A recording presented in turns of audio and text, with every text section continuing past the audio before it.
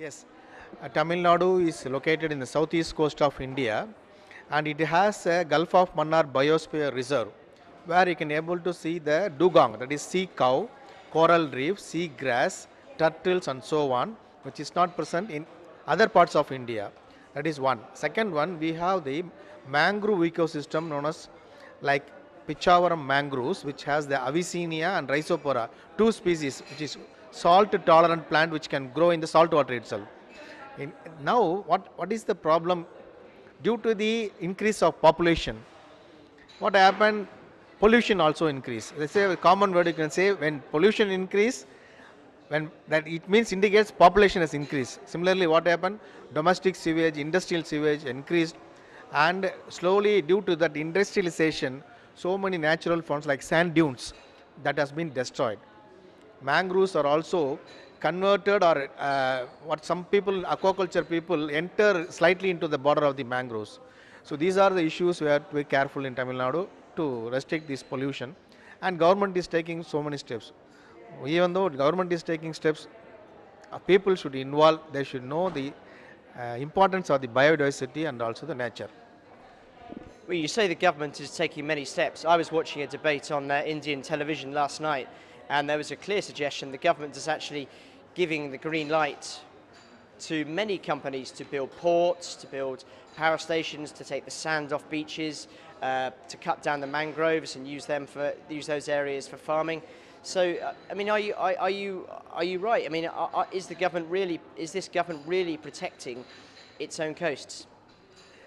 Yeah, actually, yesterday also, the Ministry of Environment and Forest, Mrs. Jayanti Nadarajan told, some places there may be some regulations, they can overcome the regulations by building some port, and there is a regulation, coastal regulation zone. It means 500 meters away from the sea only we can able to construct.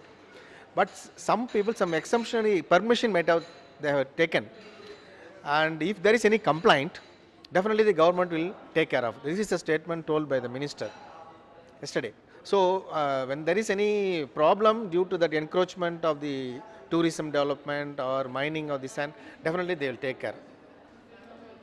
The situation on the Andhra Pradesh coast anyway seems quite serious. I think the fishermen say their catches have declined by 40%. Is that a number that's replicated across the Indian coast? Fishermen now they are using so many types of nets known as purseine, which is not supposed to used by the people. In Kerala they are not using. In Tamil Nadu some fishermen are using that type of nets. It takes tons and tons of fishes in one haul itself. There should be some mesh size regulation is needed. The mesh size should be more than 8 centimeters. Only small fishes can escape to that. So these things should be taught in the mind of the fisherman. For this purpose, there should be a change, not only conducting some COP11, something like that. Should be educated and go to the last level, including the fishermen. If it is done, then the problem of fishing will be, decline of fishing will not be there. Slowly it will increase. So in a sense, you're suggesting what we need is not necessarily new regulation, but more education. New regulation for education, you're asking. Yeah, now they have, even from school children are taught, they are bringing the awareness of the nature, biodiversity, conservation, and everything now slowly is coming in the system of education. I think in future, after 10 or 15 years, not only in Tamil Nadu, throughout the world, they will realize about the gift of nature. If it protects, she will protect it. That is the slogan given for the COP11. It will go to the younger minds. In future, it will come, definitely.